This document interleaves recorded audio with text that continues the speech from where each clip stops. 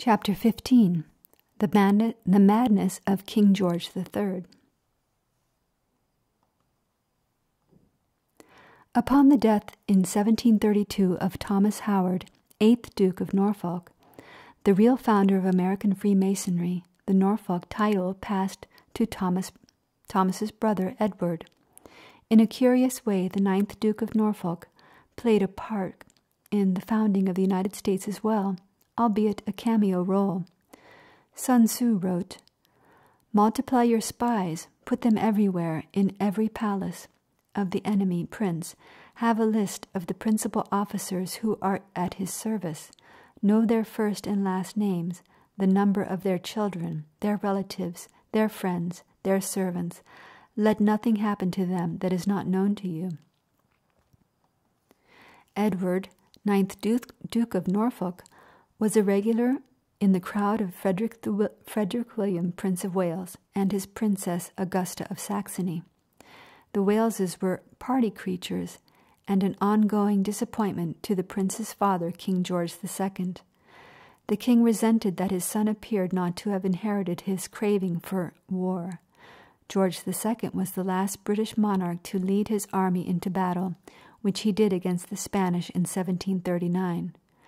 George despised his son's Ignatian entourage.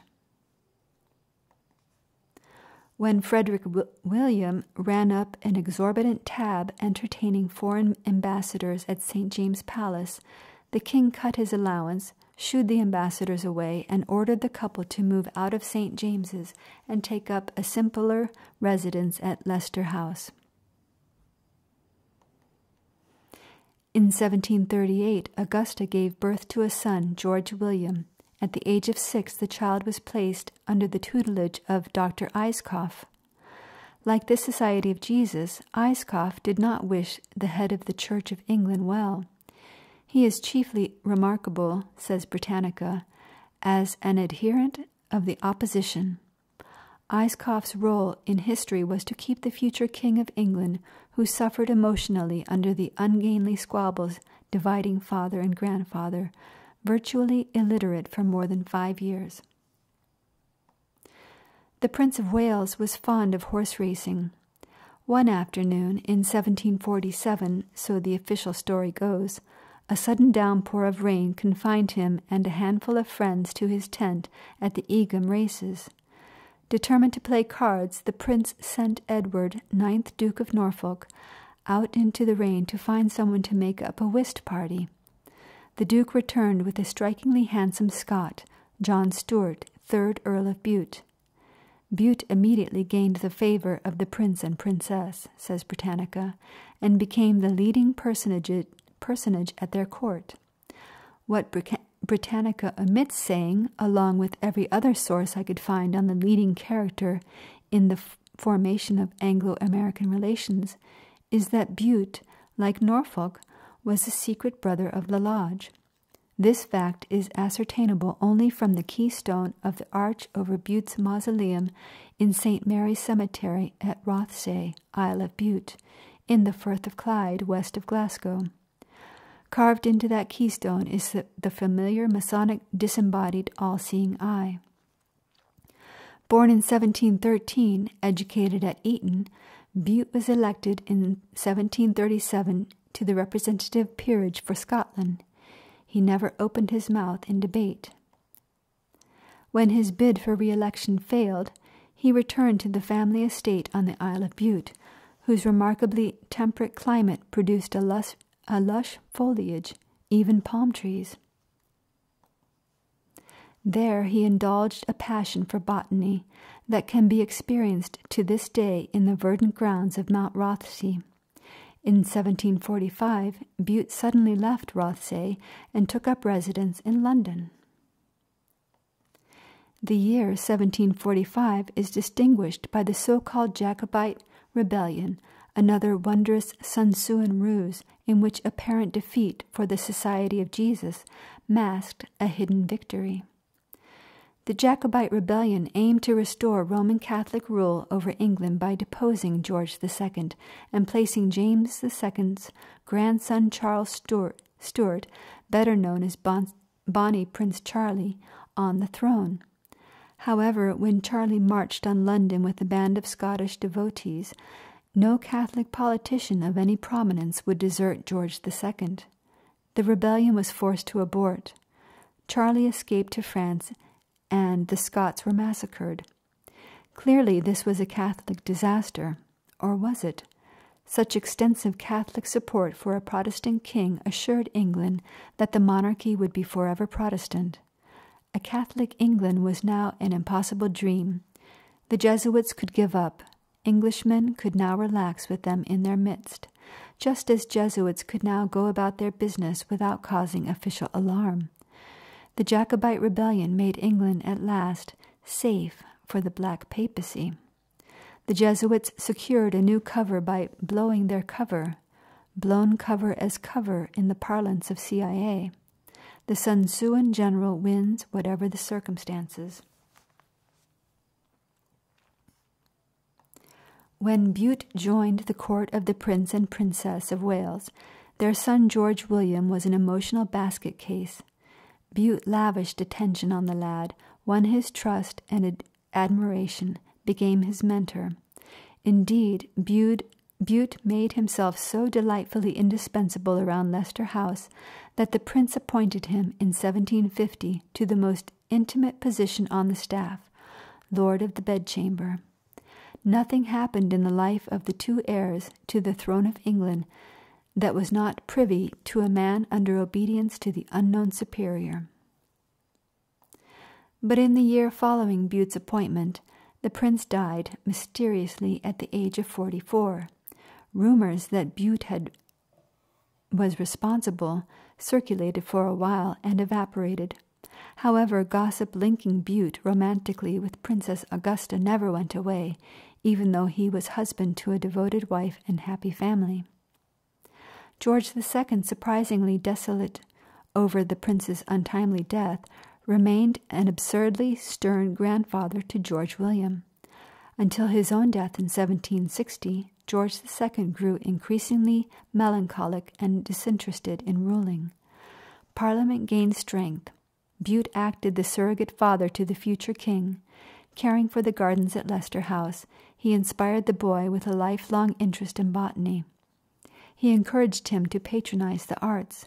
The composer Handel, though blind, was still superintending performances of his works at the royal behest.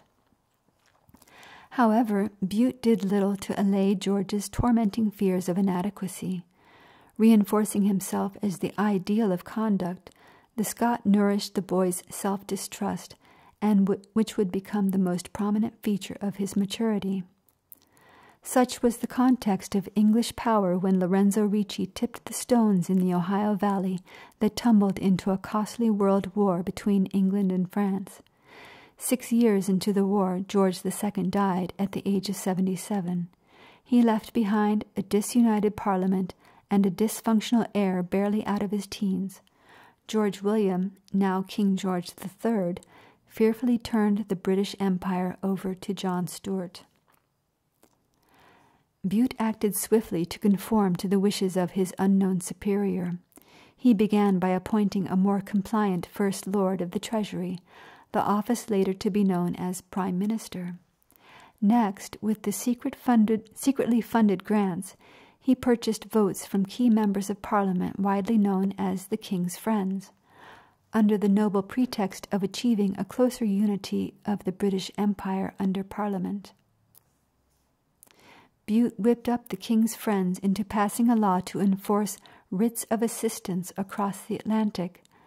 These were revenue-raising warrants issued summarily under the royal seal, requiring a law officer to take possession of lands without trial, without jury.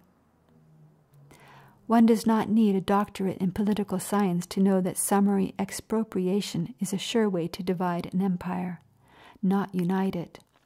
When the writs were enforced in Massachusetts, James Otis resigned his Advocate General's post in the Court of Admiralty to preach against them in a style of oratory, John Adams would later recall, that I have never heard equaled in this or any other country. In July 1776, Adams would declare that the enforcement of Bute's writs of assistance in 1761 was the commencement of this controversy between Great Britain and America. Lorenzo Ricci's War, or the Maritime War, or the French and Indian Wars, came to an end in 1763. England was the apparent victor. Bute was sent by his protege George III to negotiate a peace in Paris, assisted by Robert Petty, Lord Shelburne, the notorious Jesuit of Berkeley Square. Bute perfected the Treaty of Paris. Under its terms, England won from France all of Catholic Quebec and the region east of the Mississippi, except for the island of New Orleans. This was such a great territorial windfall for the colonists that North Carolinians created Bute County in the northeastern part of the colony. However, Bute restricted the windfall by ordering the infamous Royal Proclamation of 1763, which prohibited Americans from moving west of a line drawn along the crest of the Allegheny Mountains. Most colonists viewed the proclamation as a scheme to imprison them between the Alleghenies and the Atlantic. To purchasers of Western real estate prior to the treaty, it was legalized theft. The churchgoers saw a papal advance. With Roman Catholicism no longer actively persecuted in England, many Americans concluded that the mother country was about to return to Rome. Prior to Lorenzo Ricci's accession to the Black Papacy in 1758, the colonists had been blissfully loyal to the mother country. Looking back on the pre-Riccian years while testifying before the House of Commons in 1766, Benjamin Franklin recalled that the colonists were governed by England at the expense only of a little pen, ink, and paper. They were led by a thread. Yet with the rise of Ricci, as if in preparation for the absurdities of Bute, radical propagandists began appearing throughout the colonies. Christopher Gadsden in South Carolina, Cornelius Hartnett in North Carolina, Patrick Henry and Thomas Jefferson in Virginia, and in Pennsylvania, Charles Thompson. The dean of all these propagandists was Samuel Adams, the celebrated father of the American Revolution and Freemasonry's dominant figure in the mobilization of the Boston artisans and inland towns. John Adams, in a letter dated February 9, 1819, framed his cousin Sam's political activism within exactly the 17 years of Lorenzo Ricci's generalate. Samuel Adams, to my certain knowledge from 1758 to 1775, that is, for 17 years, made it his constant rule to watch the rise of every brilliant genius, to seek his acquaintance, to court his friendship, to cultivate his natural feelings in favor of his native country, to warn him against the hostile designs of Great Britain, and to fix his affections and reflections on the side of his native country. Thus, well before the advent of much to rebel against, well before Bute's writs of assistance and the Royal Proclamation, a propaganda of American rebellion was being organized. At the same time, Dr. Franklin put together the means of disseminating it. He streamlined the colonial postal system to flow smoothly and efficiently from southern Virginia through eastern New England. On the diplomatic front, England's future war-making capability was stunted by the Paris negotiations of Bute and Shelburne, which isolated England from any possibility of forming helpful European alliances. This, in 1763, was of negligible importance to anyone but the foreknowing and omniscient Lorenzo Ricci. When the hour came for America to revolt for independence, and no one but Ricci knew when that hour would come, England had to be friendlessly alone. Having weakened England and stimulated the production of hostile, divisive rhetoric in America, Bute resigned from public life a very unpopular man. But the king's mentor was not yet finished. From the shadows, Bute handpicked a new prime minister, George Grenville. Grenville made a broad show of refusing to accept office unless the king promised never again to employ Bute in office or seek his counsel. The king promised. Pledging to give the British Empire a thorough overhauling, Grenville then proceeded, with Bute's secret counsel and more money grants from the king's friends, to create dynamic situations that accelerated Britain and the colonies toward divorce. Duties were increased on colonial imports, justified by the notion that the colonies should contribute their fair share to the increased expenses of running an empire, much expanded by the Treaty of Paris. Higher duties heightened smuggling activities, which in turn increased the Admiralty caseload. Americans began sniffing tyranny in the breeze. Grenville's new Sugar and Molasses Act enforced ruinous duties on foreign staples necessary for rum-making. The act reduced imports of sugar and molasses from French, Spanish, and Dutch West Indies, which in turn greatly reduced the meat, fish, flour, horses, and lumber which the colonies could export to the islands. This caused a slump in colonial production. Large debts which colonists owed to the British creditors for furniture, clothing, ironware, pottery, jewelry, and many other articles went unpaid. Merchants complained that Parliament was killing the goose that laid the golden egg. Parliament's strange response was to prohibit the colonies from issuing paper currency to supply their lack of gold and silver. George Grenville did, however, invite the fuming colonists to propose suggestions for how they would like to be taxed.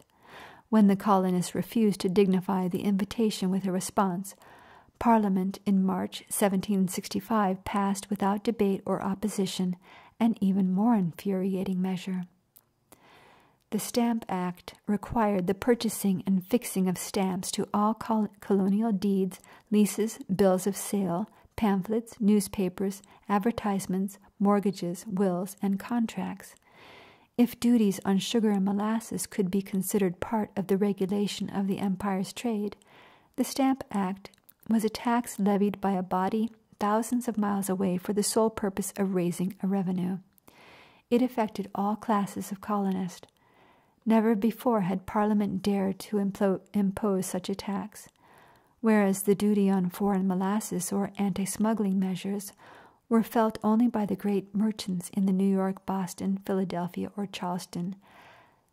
The Stamp Act affected a wider public. It added the price of a stamp to the lawyer's bill of every colonist selling a horse, making a will, or mortgaging a house. The price of every newspaper was increased by the stated value of the stamp attached to it. In Massachusetts, Britannicus Americanus, one of Sam Adams' more than 20 pseudonyms, charged that it was as absurd for Parliament to tax the American people as it would be for an assembly of Americans to tax the people of England. In Virginia, Patrick Henry cried the slogan, "No taxation without representation." From the London Coffee House in Philadelphia, Charles Thomson led a secret club of workers, teachers, merchants, and professionals in advocating the production and sales of local goods strengthened by an intercolonial agreement not to import goods from Britain. A month before the first stamps arrived, Sam Adams agitated Massachusetts to hold a Stamp Act Congress, which convened at New York in October. The Congress drew up a Declaration of Rights and Grievances, protesting that the act threatened the liberties of the colonies. By the time the stamps arrived from England in November, the colonists had forced most of the stamp distributors to resign. The merchants of Boston, New York, Philadelphia agreed not to import English goods, causing a decline in trade with Great Britain of about 35% within a year. In an address before the House of Commons, Benjamin Franklin issued his famous warning that if troops should be sent to the colonies to enforce the act, They will not find a revolution there, but may very well create one. Grenville's ministry suddenly fell to William Pitt and Lord Rockingham, who repealed the Stamp Act in March. The colonies rejoiced and pledged loyalty to George III. They hardly noticed that the king's friends had accompanied the repeal with a declaratory act claiming full power and authority to bind the colonies and people of America, subjects of the Crown of Great Britain, in all cases whatsoever. Regarding Patrick Henry's objections to unfair taxation as so much nonsense, Charles Townshend, Chancellor of the Exchequer, vowed to get plenty of revenue from the colonies. In the summer of 1767, he and the king's friends passed acts laying duties on glass, painter's colors, red and white lead, paper, and tea shipped to America. But the acts produced little revenue. By Townshend's own estimate, made shortly before his premature death at 42, the British Treasury stood to gain no more than £40,000. The real covert purpose of the Act's purpose to have been not to get plenty of revenue, but to stimulate the rebellious investment of colonial capital in local manufacturing. In March of 1770, a small crowd of jeering Bostonians pelted a few British redcoats with snowballs. The angry redcoats fired into the crowd, killing 4 men, wounding several more. The town and surrounding countryside reacted in a rage to the Boston Massacre. Samuel Adams led his disciples to the mansion of acting Governor Thomas Hutchinson and demanded the immediate deportation of the redcoats, who wisely retreated to Castle William on the harbor. When news of the massacre reached England, the king's friends scolded Hutchinson's cowardly surrender to Sam Adams' regiments. Thenceforth, each anniversary of the Boston Massacre became an occasion for Adams and others to make more blistering orations against British tyranny in favor of independence. In 1770, Lord North, the new Prime Minister, declared the Townshend Acts were costing more to collect than the revenue was returning to the Treasury. North secured the repeal of all the Townshend duties except a tax on tea of 3d. a pound to prove Parliament had authority to tax the colonies. The colonists weren't affected by this minuscule tax, since most of their tea was smuggled in from Holland anyway. Feelings toward England turned amicable once again, as colonial merchants increased orders from British firms from £1,336,122 in 1769 to £4,200,000. Sam Adams, Patrick Henry, Charles Townshend, and Thomas Jefferson took advantage of the lull to agitate. Observing the first anniversary of the Boston Massacre on March 5, 1771, Adams called for action and solidarity. It is high time for the people of this country explicitly to declare whether they will be freemen or slaves.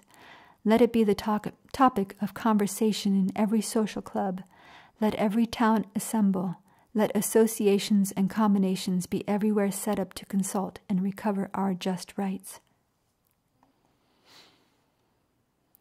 Between 1770 and 1773, about the only troublesome confrontations were those between British revenue vessels and smugglers. The colonies began producing more. Trade was so brisk that merchants, formerly the chief opponents of British rule, had little to protest. They turned their full attention back to business. And then Lorenzo Ricci nudged his weightiest boulders to date, the religious right, the Protestant churchgoers.